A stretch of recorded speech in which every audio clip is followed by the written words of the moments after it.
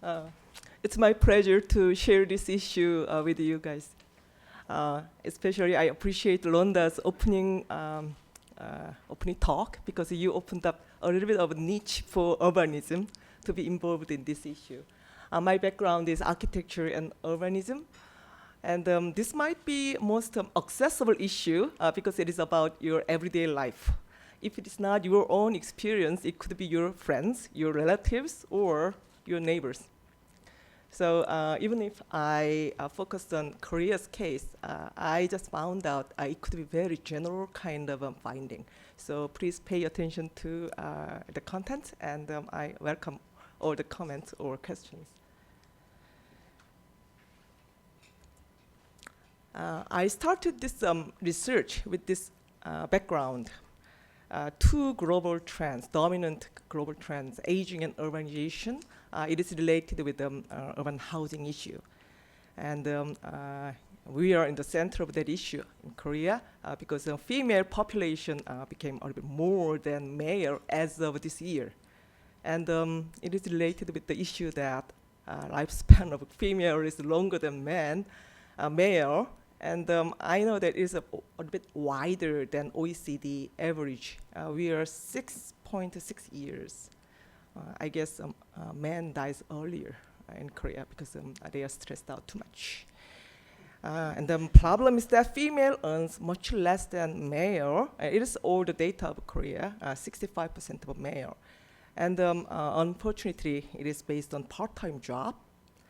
And a female owns less car because sometimes they can't afford it, and they depend on public transportation.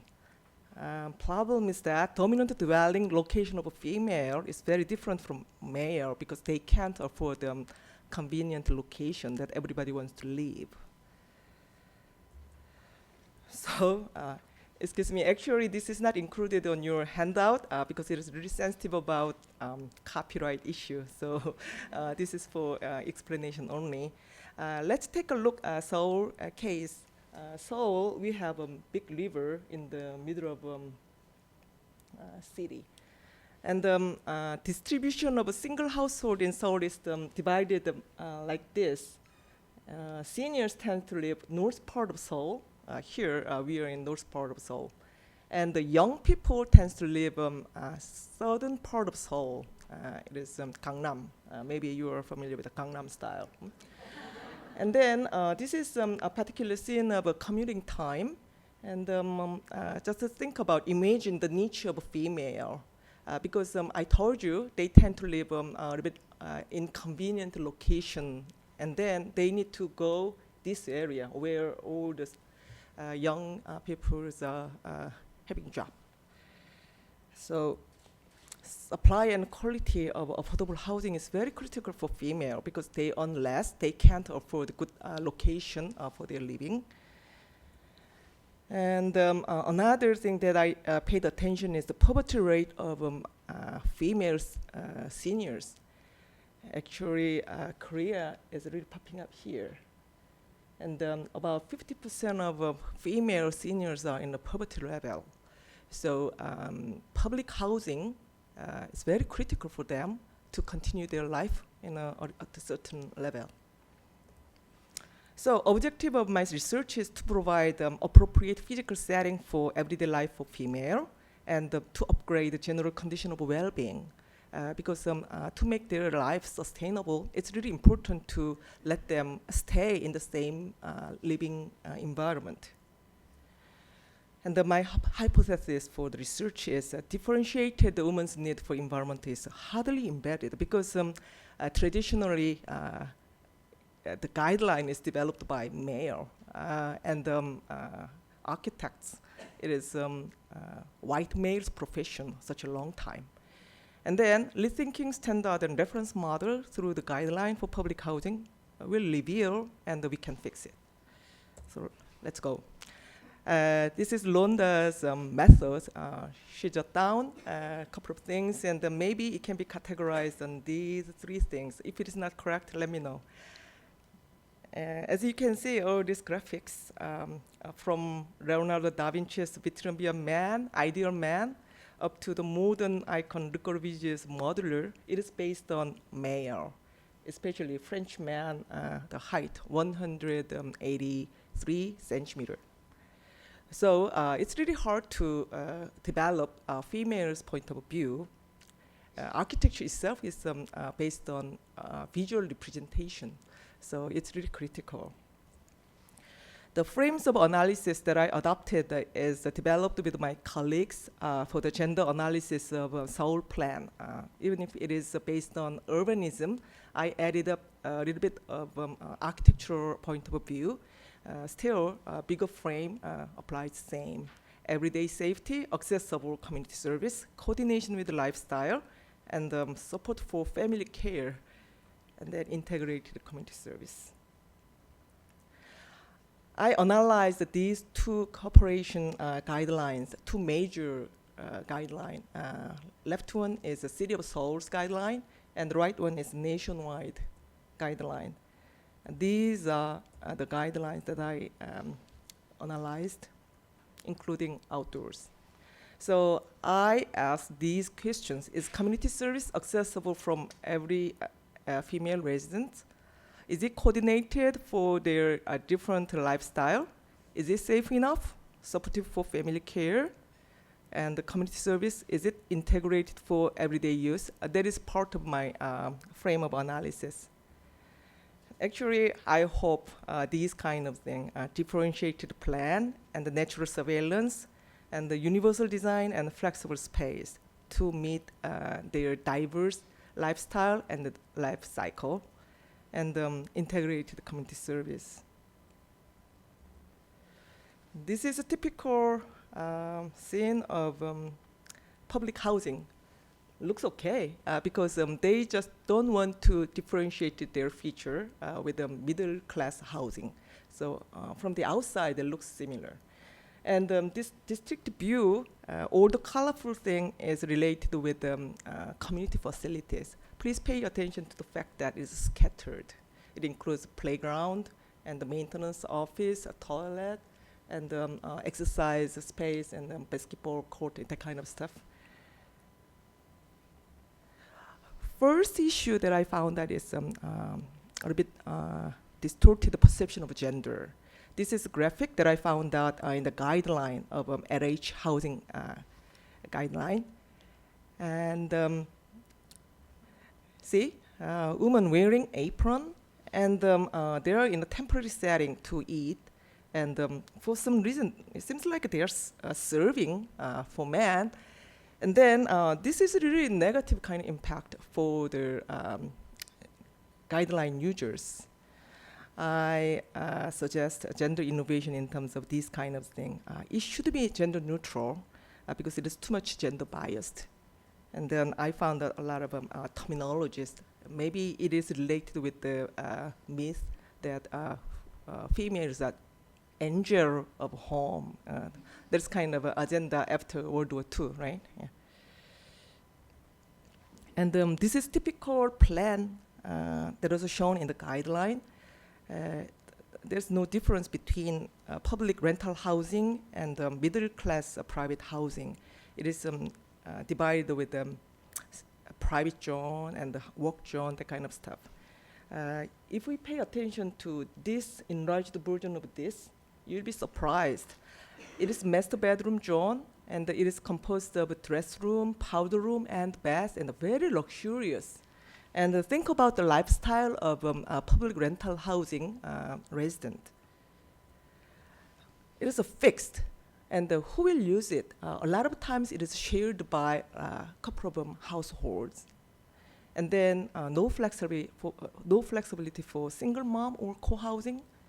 And then I need to point out the issue. Providing different plan for single female household or universal design support entire life cycle, lifestyle. The kind of stuff is very important because they want to live entire their life up to the terminal of their life because they are poor. They don't want to kicked out from that space. So I suggest these kind of things. There's a concept of alpha room. It is kind of exclusive option for middle class housing But I guess, because they want to use it as a hobby room or study room, that kind of stuff. But I really want to include this kind of stuff in the public housing, as it could be used for their sublet, or they could be used business at home, that kind of stuff. So that is kind of a preconception if it is exclusively used for middle class housing. And another suggestion is flexibility of unit plan. The wide spectrum of a female's life cycle, life style, we need a lot of modification of our unit. And then it is very critical we apply this issue in the public housing, rental housing. And universal design. We go through all these kind of things, aging and the pregnancy, that kind of stuff. And physically, mentally, we are going through a wider spectrum compared to male. So this kind of universal design principle need to be applied.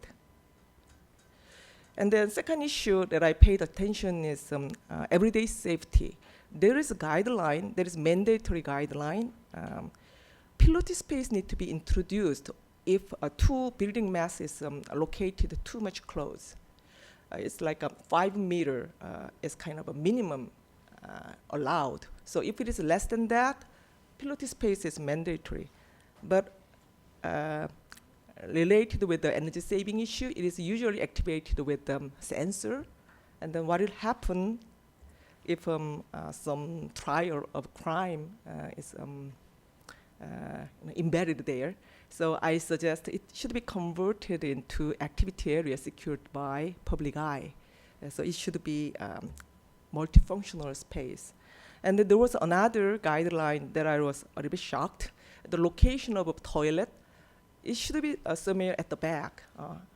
And it is really critical for female who is taking care of their kid or seniors, and it should be visible and accessible, and it should be secured by public eye. That's what I suggest. And another safety issue is a guideline that was clearly written, mandatory underground parking, very wide. Maybe this is for easy construction, and even it asks egress to another block. That's more dangerous if a criminal is trying to escape through that route, right? So I suggest smaller kind of articulation with sunken garden or skylight. And the final safety issue that I find out is location of neighborhood commercial building. It was recommended to be located in secondary road. This is plan that I designed for the city of Sejong. And this brown is what will be located if I follow the design guideline.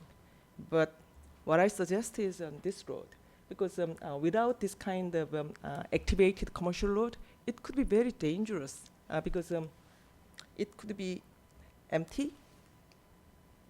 Nobody wants to go through this kind of road. It's a Jane Jacobs kind of principle, and also it is a basic thing for safety, crime prevention through environmental design. And then integration of community service.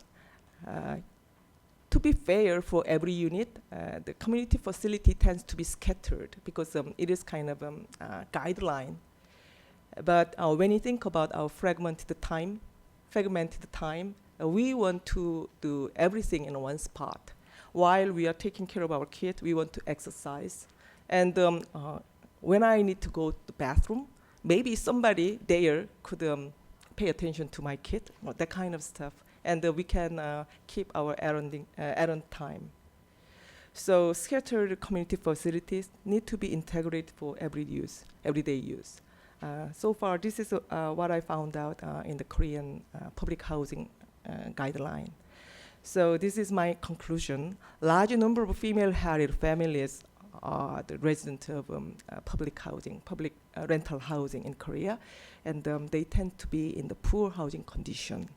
And we need to make better kind of guideline for safety issue. And the universal design and the flexible unit design is really critical to make them stay in the same unit. And lastly, accessibility to community facility. So this is my presentation.